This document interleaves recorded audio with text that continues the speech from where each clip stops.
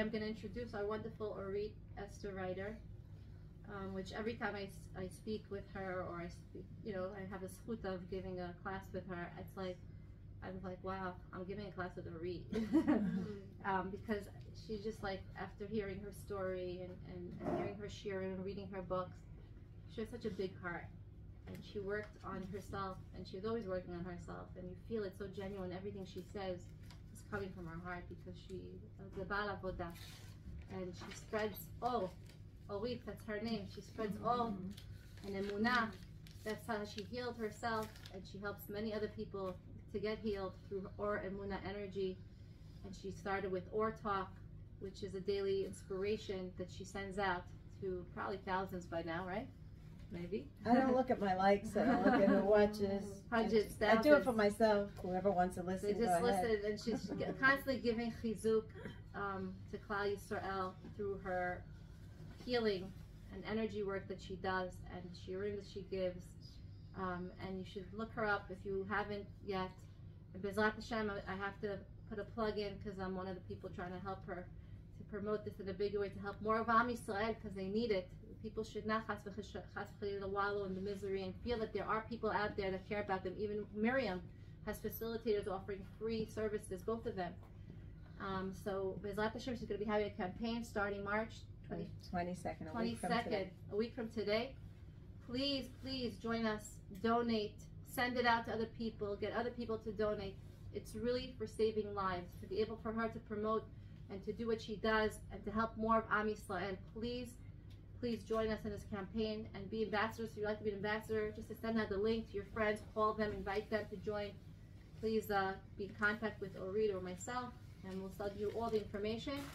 And Bezrat Hashem should be zochet to have Yeshuot from everybody joining together. So I want to welcome Orit. Thank you so much for joining us tonight. Thank you, Karen. Thank you, Miriam.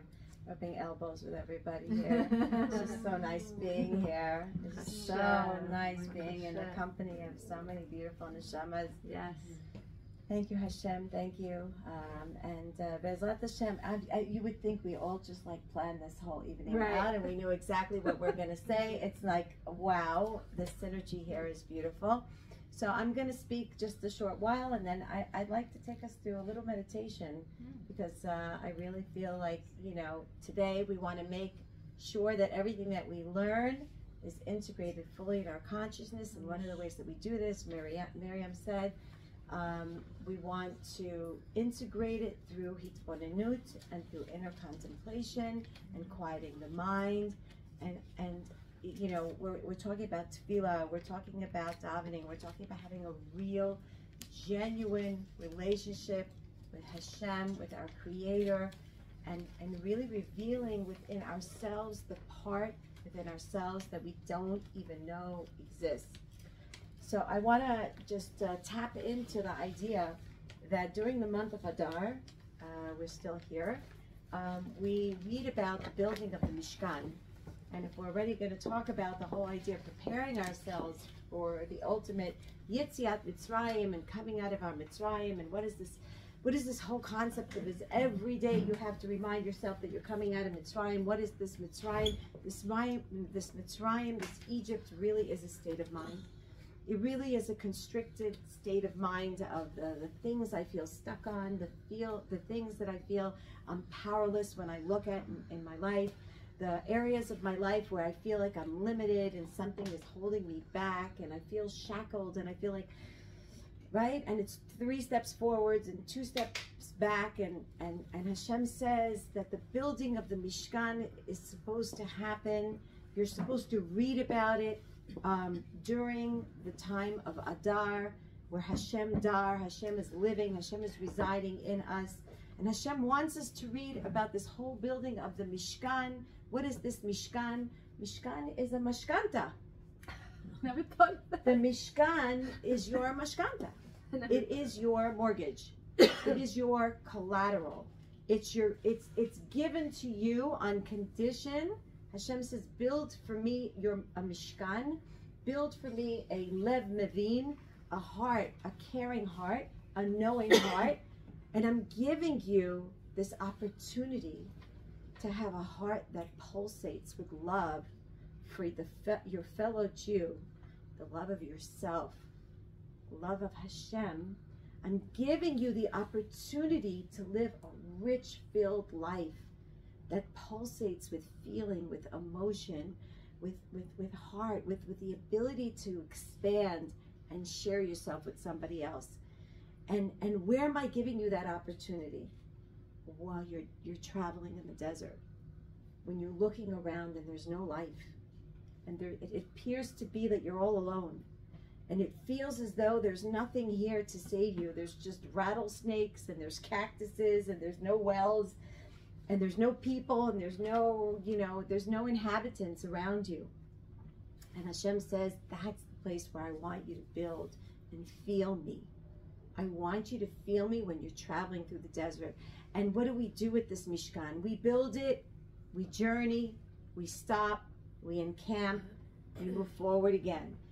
And this is the process of life. The process of life, the way to get out of Mitzrayim, the way to come to the promised land, the way to finally get to that place of receiving the Holy Torah is when you walk forward and you encamp and you stop and you build and you open your heart and you find more of Hashem and you realize this is a mishkanta. This is my life. I signed on this bill. Hashem gave me something so that I could build. Hashem gave it to me on loan so that I can make and transform and become and change, and I could spread this light out to others. And yes, in the desert, I'm going to find someone else who also feels alone, someone else who also feels that they're journeying and they're encamping and they're moving forward and they're stopping and they feel stuck in their lives just like me. And at the end of the day, like Karen said, if we put all the peckle right here in the middle, it's so funny because I sometimes say, yeah, I would probably redeem my package back. But you know what? If I would open up the package of somebody else, be like, oh, you too? I thought I was the only one who had that husband. I thought I had the only one who had that child. And at the end of the day, we share so much in common that we really should not really feel alone at all, because we have to understand that we're all traveling in this desert. So Rabbi Nachman brings down something so beautiful, and he says, so how do you make that lev mevin? How do you open up that heart? At the end of the day, we're all in pain, and we really, like, we almost say to ourselves, like, how do I make room in my heart for somebody else? I'm like, there's so much going on. How do you allow yourself to expand and feel something else? And Rabbi Nachman says that just like when you have to kasher a keli, and you have to go ahead and you take a vessel. How do you kosherize it? You have to purge it. You have to put it through the fire. So Rabbi Nachman says, how do you make that heart? What do you do? You have to purge. You have to burn away the impurities that sit there in your heart. Going back to what Miriam was saying, you have to be able to daven. You have to be able to ignite. You have to be able to allow yourself to feel. A feeling heart is a heart that also feels pain. Not only the pain of myself, but I have to allow myself to say, yeah, there is room. Let me allow my heart to feel the flaming pain of also my neighbor. And let me join in her. Let me recognize that her pain is my pain, that we're all encamping, we're all journeying, we're all going to the promised land together. Am Yisrael is a nation that has a shared fate of persecutions, but also has a shared fate of miracles. And we are all in this together. And if we try to travel this journey alone, we won't make it through the desert. We all need each other. Exactly as Karen says, we need to gather together. We need to come together. I need to see your eyes. You need to feel my heart, and I need to feel yours. I can't do this alone. And Mamish, like, I'm gonna cry because I can't bear the pain of my own pain, of your pain. But when I'm together with you, then we could do it together. I'm gonna give you my tears, and you're gonna give me your tears, and yes, we could share together in this pain. And there's no other way. There's just so much collective pain, and there's so much individual pain that if we think we could do it alone, we cannot. Don't try to. And don't think that if you're going to hear somebody else's plight, you're not going to have room to process your own. That's not true. The opposite. You're, again, like I said, once you're going to be the vessel to receive from someone else, and once you're going to be able to give to her, and she'll be able to hold you, and that's how we're going to go and travel through this desert process together. So I want to share with you 3 words of advice, you know, because I do believe in practicalities, and I do want to share 3 pieces of advice to try to help us open up our hearts. Like, what can I really do? Tachlis, like, come on, Orit Esther, like, what can I really do to make this my reality? So I want to refer to Sefer Daniel, and he writes in there, he says, those who turn the many to righteousness are like the stars. What does that mean? It means, how do I enable somebody else to feel their righteousness, to feel their goodness? How do I enable righteousness to even become a reality? That I should feel good. I should feel the tzidkus inside of me. That I should feel that. What does it mean to feel righteous? It means to feel the godly spark. Kadosh Baruch Hu. He's kadosh. He's righteous. I want to feel that Hu in me. How do I do that? And so for Sefer Daniel, we read, you want to become a star. What does a star do? A star radiates. Here we learn from Sefer Daniel, I have to share myself. I have to be a radiation of light. And what does a star do? A star generates warmth. A varma yid. The Baal Shem Tov HaKadosh said, be a varma yid. I don't know a lot of Yiddish, but I know that. Be a varma yid. Be a warm Jew. Just share yourself. Allow yourself to be vulnerable in front of, yes, even in the middle of ShopRite or in the middle of Super Sal. Like, allow yourself. Pull yourself over to the side and say, let's talk. Let me share with you. Like Karen said, don't just say BH, right? Don't just say Baruch Hashem. Say Baruch Hashem. It's really hard for me. How's it for you? And be prepared to share your warmth, to receive the warmth of someone else, and to radiate warmth and to radiate light, because that's what stars do. Number 2, judge other people in favor. I know we heard this. We heard this time and time again. And here again, I want to refer us to Rabbi Nachman. Rabbi Nachman brings down a beautiful, beautiful commentary in a verse in Tehillim, and he says, and we read this just now. Isn't that funny? Out of all the Tehillim, that's another thing. Out of all the Tehillim we read this pasuk. Ve'od me'at ve'en rasha ve'hitbonanta al mekomo ve'eneno. And Rabbi Nachman brings down a beautiful, beautiful commentary, and he says like this, and he says, what does it mean, ve'od me'at, ve'en rasha, ve'hitbonanta al mekomo ve'eneno? Or soon, I'm just going to translate, he says, soon you'll recognize that there's no wickedness, there's no evil. You'll take a look at his place, and you'll realize it's gone. So you're basically, what he's saying is, you're going to look at a rasha, and then soon again, you're going to look again, and you're going to see that the rasha is not there anymore. That's basically what's being brought down here. I tell you that I was thinking about that pasuk when I said it. Really? I was like, wow, this is what he wanted us to say at the Yanuka.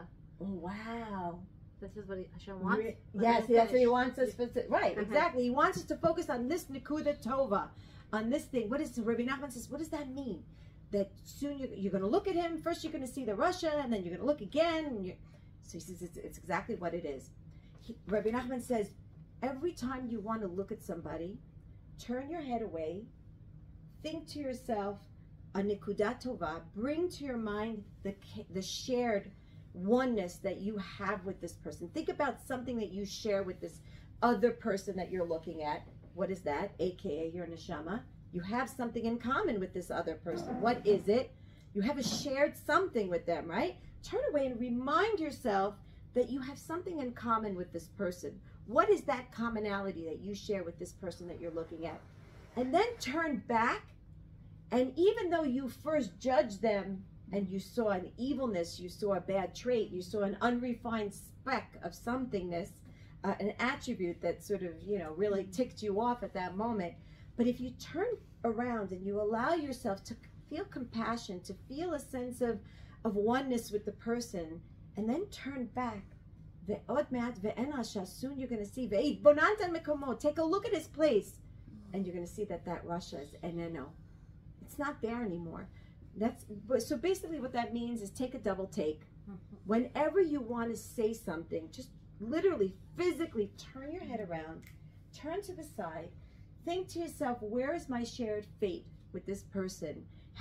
What is it about this person that I'm seeing now in them? What can I see in myself? Can I have compassion? Can I just take one second, just turn away from what I just saw and just try to judge them in favor and then turn back? I guarantee you probably won't see them in the same light, right? And recognize that you too, and they too have pain. We all have pain. There's no such thing as a mean person. There's a person in pain. And if I only knew that when I was a youngster, right? That when we were bullied, we all had those bullying moments, right? If we only realized that person in front of us is a person in pain, and they're expressing their pain in a place of anger and like, you know, Miriam was saying, from an unrefined element that needs to be refined. And if we only realize that hiding, I always say that as low as a person can go is as high as a person can ascend, right? If they really went down to that point, you imagine the potential of what they can do if they just refine that. So let's maybe try to help them. Now, if I can see them in that light, you know that energy travels. So if I can turn away and try to develop some compassion, when my eyes are the window to my soul, when I look back at them, I can radiate that which I just judged them in favor. When I look back at them, I can radiate that back out to them. And from there, they can change just automatically, because I changed my perception to them. They can now just automatically feel my belief in them, and that can already generate something new for them. And number, yes, please. With Lev Ha'am, the ladies who introduced it were ladies who were coaches who worked with Rav. He'll come back to me. He teaches this. Nevin? No, Israeli with Breslev. Okay, it'll come to me. Mm-hmm. Anyway, so I saw her doing this. She saw two men were fighting, and she just closed her eyes. They had nothing to do with her. She just saw two men arguing and fighting, and she started davening. She started saying, Hashem, be mochel them, be mochel them, mechila, and bring the yeshuot, and toda abba. And she just kept saying it, and it's a meditation. I forward this in the Lev Ha'am group. There's different meditations that women recorded, Hebrew, English, different languages, and it's just when you get into this mode and you do, it's called a nikui. You're cleansing. When you see something, Hashem wanted you to see that something, even if it's not directly related to you, and you're supposed to daven. So this is what you're saying. It's like you're supposed to daven. What are you supposed to daven? To see the nekudat tova and not judge them unfavorably, because Hashem wanted you to see it. I think this is also the concept of a zamra. Yes, right? Zamra little kai. Baal Shem Tov, yes. Well, that's the great grandfather, right? So that's it. So it's being able to see in a good light, the nekudat tova. Totally. And she says, like, and sometimes like she would see things, and she sort of like she's preventing it from happening. Like, I can't explain it. Like the energy, like you said, that she's looking at them, and she's doing tshuva, so to speak, for them. Yes. And it works. And that's what Lev Ha'am is all about. It's like, when you are in this consciousness, you're giving off that. That's why they did this. The sign for Lev Ha'am is a teder. It's a Wi-Fi signal. Because when you're in your mindset, putting yourself in a state of ahava, you're sending forth that ahava outwards. Even if people are not connecting with you directly, you're able to affect so many people. All about Israel. It's all energy. Yeah. It's all energy. It's all energy. I practice energy. I teach energy. It's all about spreading our beautiful energy, beautiful vibes, and all of life is an entanglement of vibrations. And if I give out the vibration of compassion, then measure for measure that boomerangs back. It's really what you give out is really what you receive back. And sometimes you do meet a lower vibration in your life. We know we have people in our lives, we have people in our homes who are on the lower vibration. They're more heavy, they're more judgmental, they're more critical. That means that I have a higher enough vibration and frequency that I can entangle with them and I can lift them up. because Hashem doesn't give us a nisayon. He won't introduce to me a low vibration unless I have the ability to lift it up. That's the beauty of energy medicine. The third point that I want to bring out, and then I'm going to say one last thing before we go into a little meditative space here. But the third thing is, and everybody, whoever follows the Daily Dose of Emuna or Emuna Energy, I speak a lot about, of course, the Torah of Chassidut and the Baal Shem Tov HaKadosh. And of course, when we talk about that, we talk about nigunim and the power of listening to a nigun to warm up your heart. What is a nigun? Nun, gimel, nun. Nun, gimel, nun means you start with a nun, you end with a nun. The nun is in gematria and numerical value. A nun is the 50 gates, the 50 gates of freedom. So that means you have the ability to exit the consciousness of stuckness when you listen to a nigun. Not only that, but a nigun has within it the word gan. It brings you back to Gan Eden.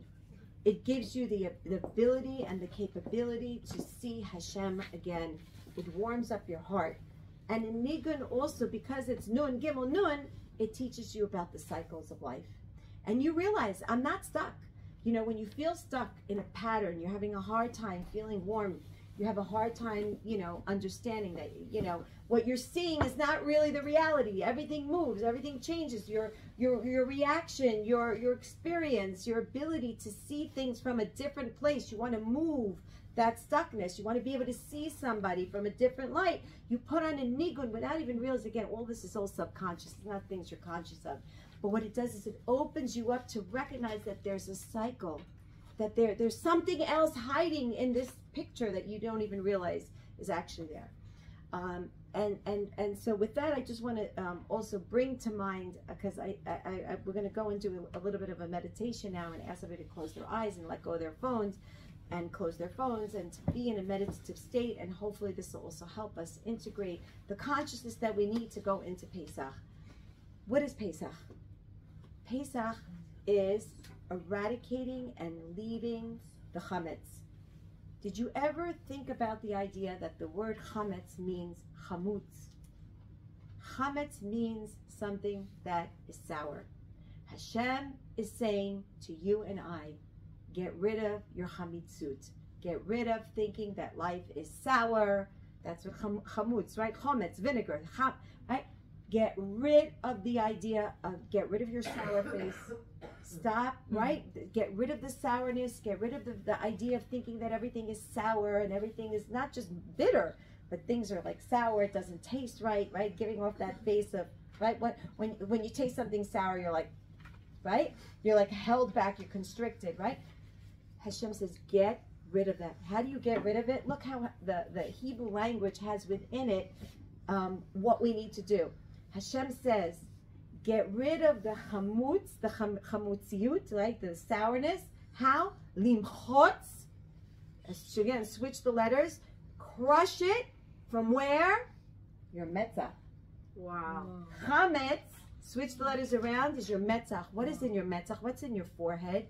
Your prefrontal cortex. The consciousness.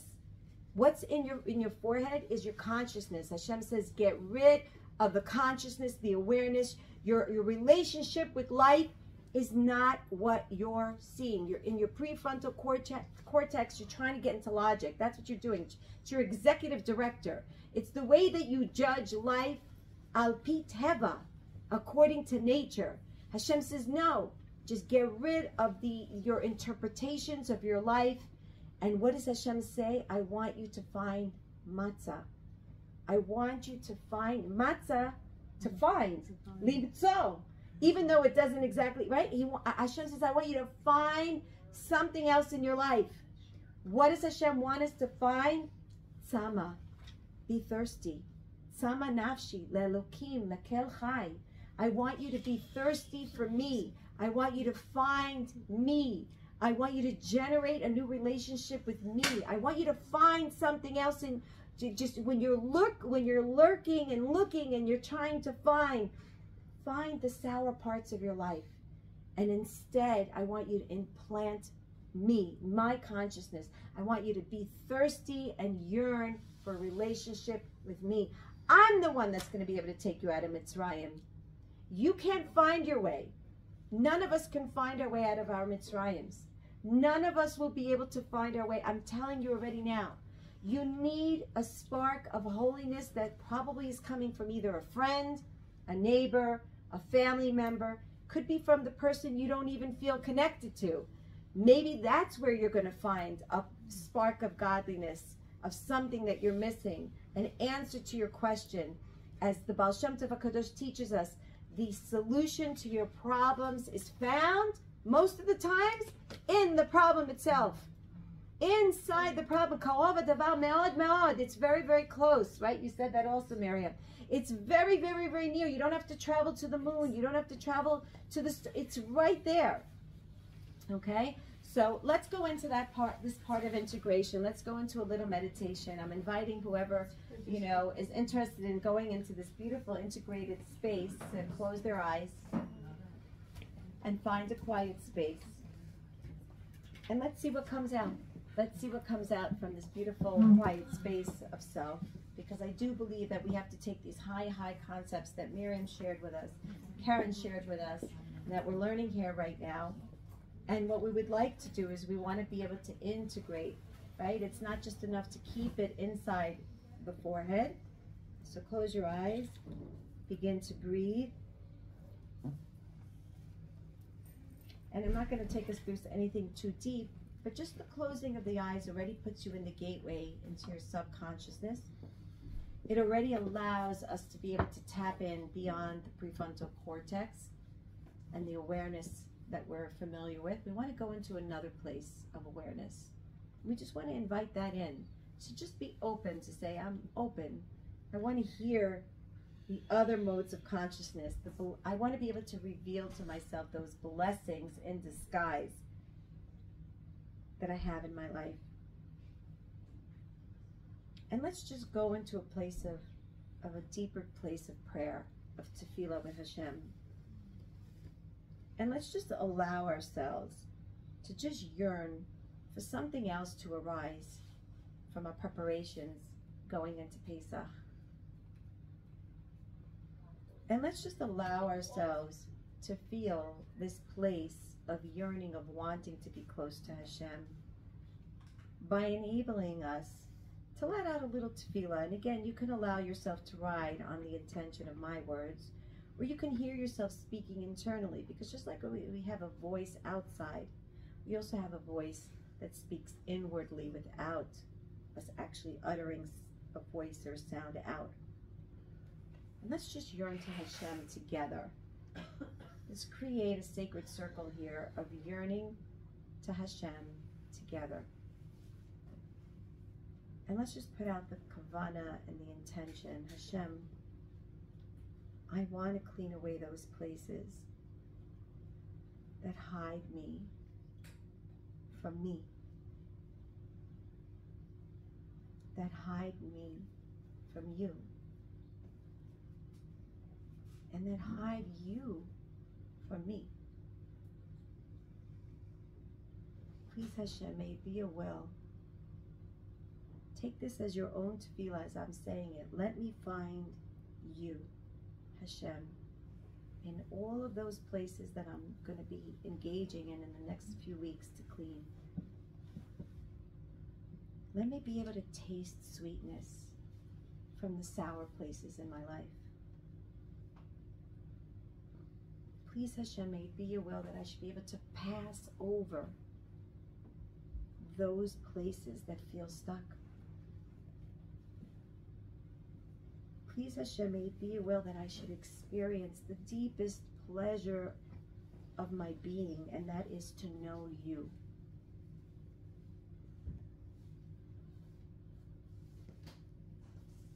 And please, Hashem, may it be your will that whatever cleaning that I do,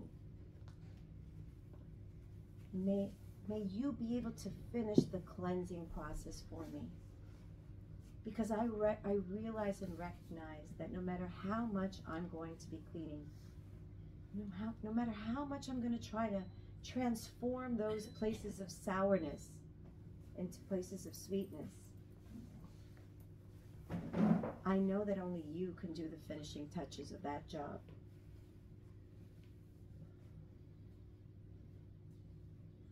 Please, Hashem, may I be able to find the Nikudat Zion, the innermost point of my holiness, in the cleaning, in the cleansing, in the preparation of this most auspicious holiday of Pesach coming upon us. Let me find that place of Zion. Let me find that Gan Eden. Let me have that deep face-to-face relationship with you back in Gan Eden. And may all of my family, my friends, my spouse if you're married, my children, my offspring until the coming of Mashiach, may all those that know your name and all those that today still don't know your name, may we all come together in Yerushalayim HaBnuyah, B'rachamim Gdolim, with endless rachamim. And whatever I can't complete, may you come into my life and complete it and bring it to its final end and bring it to its place of Yeshua for my fleshy eyes to see and for all those to know. For the sake of your name, L'man Ha Hashem, for you, so that your glory could be revealed to all those and to me as well. Again, with endless compassion, B'rachamim Gdolim. Amen. Ken Yeh Ratzon. And just breathe that in. Breathe in that yearning. Breathe in that sama nafshi, that yearning to be with Elokim, to find the Kel Chai, the living God that resides in the Elokim, that resides in the natural circumstances of my life. And just breathe that in. And feel what that feels like, to pulsate with a yearning and with an open heart. And Bezrat Hashem, may you carry that over into your coming weeks of preparation to Pesach. And you can open your eyes, put on a song to integrate that even more.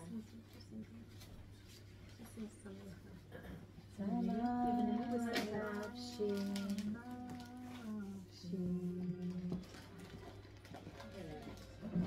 it. You have a different version. Yeah, no, I want to hear your version. You have what are you doing? What do you have?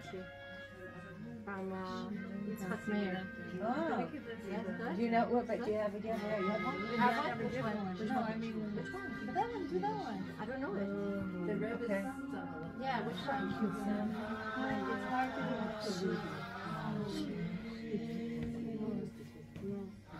What's the Rebbe one? Where's the Rebbe one? Who sings it? Thank you very much. Thank you. Pesach Hashem is coming up. May we all be zocha to be at the other side, the promised land. Together we'll travel, we'll journey together. Amen. Amen.